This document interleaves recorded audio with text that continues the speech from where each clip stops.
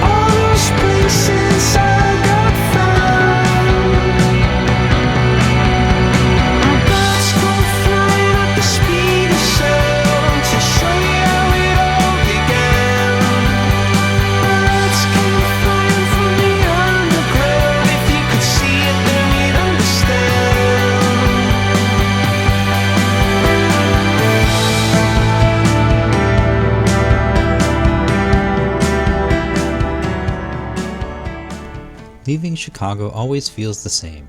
There's that fresh stretch of traffic where we're still half in our regular life. Buildings, expressways, familiar exits, and then, suddenly, the skyline fades in the rearview mirror and we're just moving. We were so excited to be on the road again. There's something about the first few hours of a trip that feels full of possibility. The car is packed, the playlist is fresh, the coffee is still hot. Everything ahead of us is unknown. By the time Illinois gives way to Iowa, the land starts to open up. The horizon stretches wider. Cornfields roll past in long, steady rows. It's not dramatic, but it is beautiful. And just like that, the trip has begun.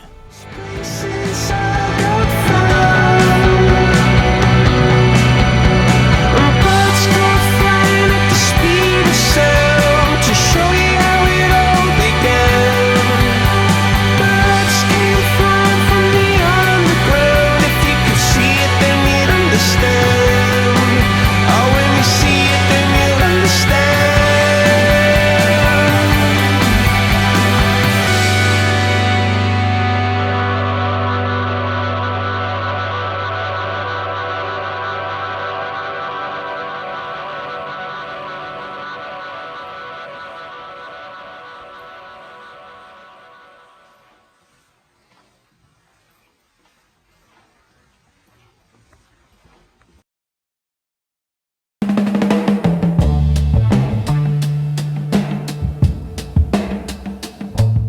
We spent the night in Des Moines and gave ourselves a slow morning before continuing west.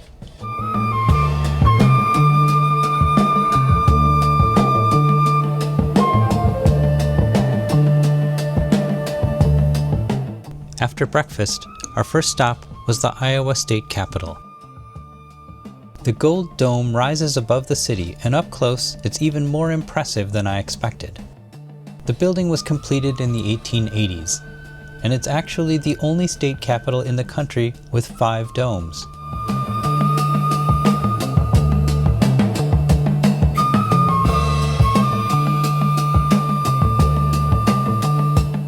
When the sun hits that gold leaf just right, it almost glows. We walked around the grounds for a few minutes, took some photos, and let the morning settle in.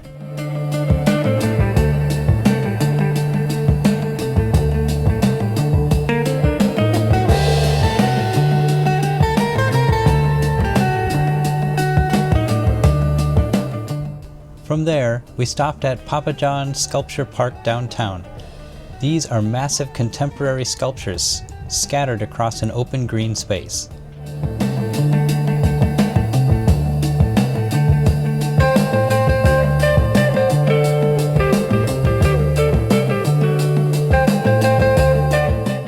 The park features bold shapes of steel and color against the skyline.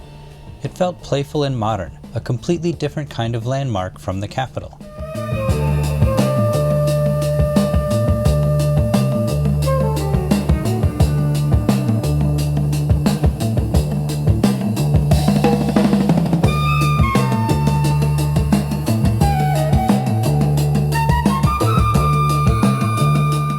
Then we pointed the car west on I-80. The drive from Des Moines to Omaha takes a few hours, and most of it looks exactly like you'd expect. Long, straight interstate cutting through farmland. Cornfields giving way to harvested fields, grain silos, wind turbines in the distance.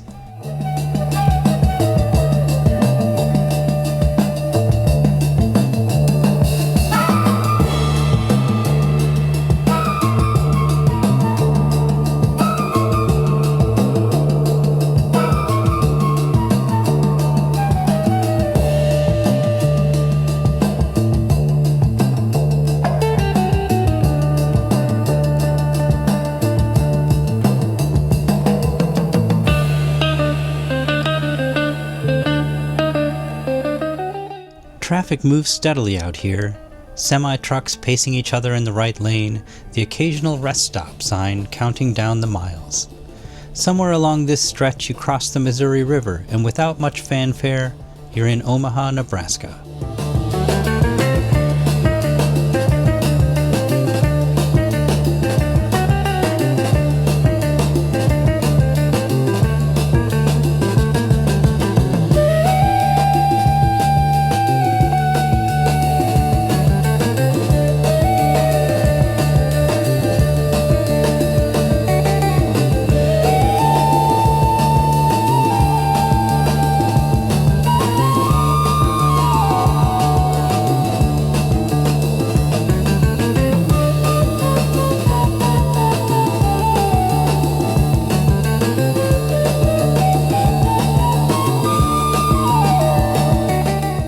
Before heading fully into Omaha, we stopped at Fontenelle Forest. After hours on the interstate, the shift is immediate. You step out of the car, and instead of engine noise, you hear leaves moving and birds somewhere overhead.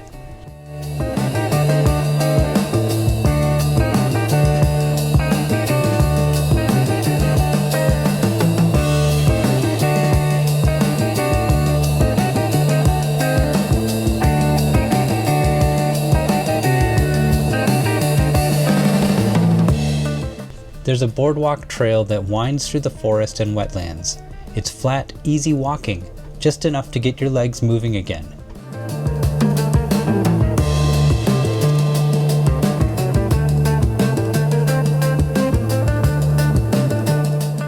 It's a small detour, but it resets you, from open interstate and big sky to enclosed trees and filtered light, a different texture to the day.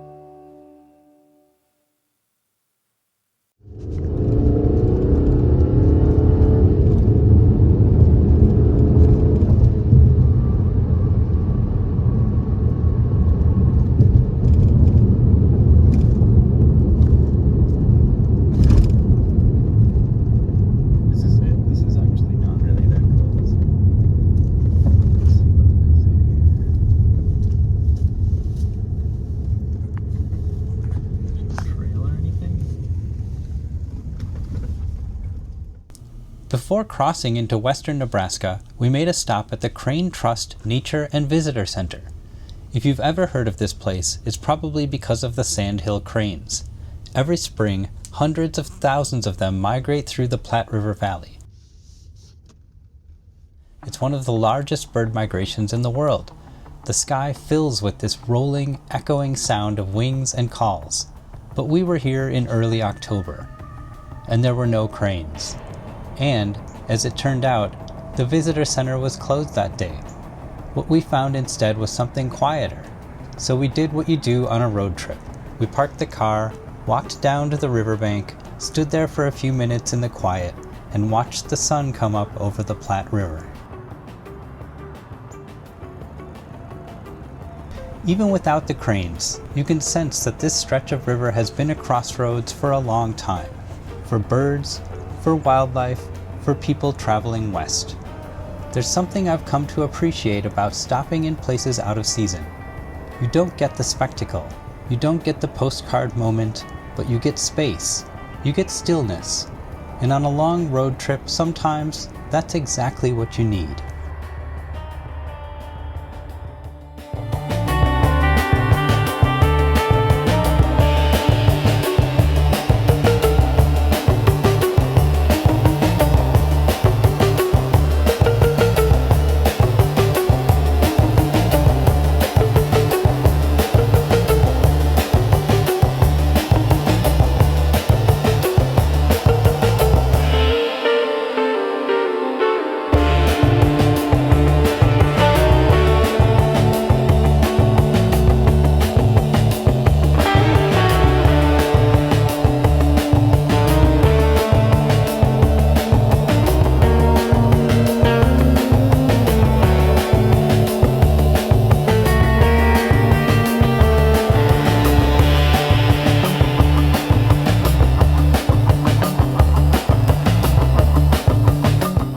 Near North Platte, Nebraska, we stopped at a rest area and did some drone footage over the Platte River.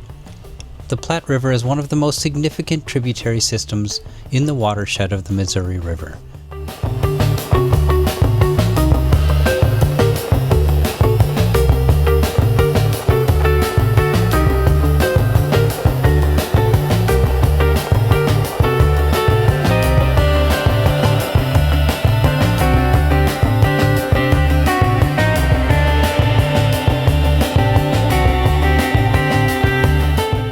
I love the way these silvery ribbons of water braid their way through the plains. From above, you can really see it.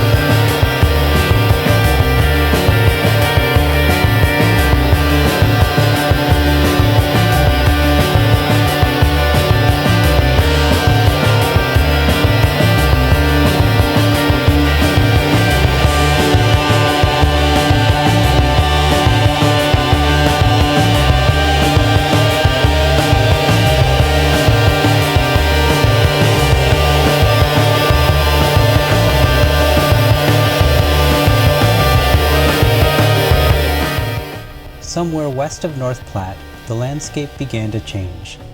It was subtle at first. The land started to roll. The grasses shifted color. The air felt drier. We could sense the west approaching. The towns thinned out. Billboards advertised long stretches between services. The sky somehow felt even larger. By the time we crossed into Wyoming, the terrain lifted. The horizon wasn't flat anymore. It rose. And there was a quiet excitement that built when we saw those first hints of elevation, like the continent was slowly tilting beneath us.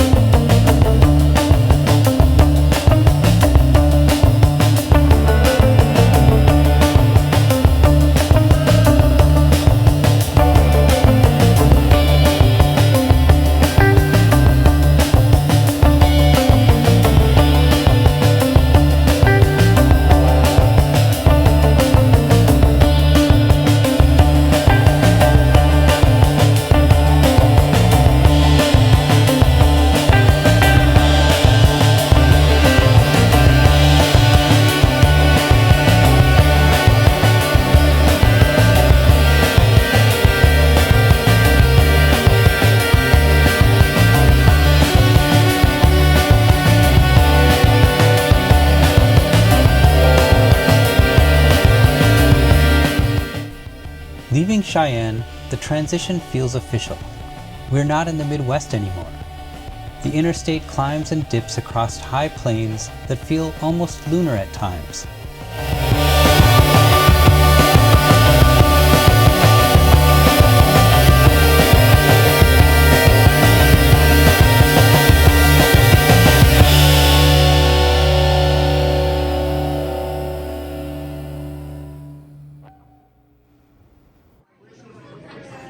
How's it? You about to max that? I'm gonna try. Oh wow!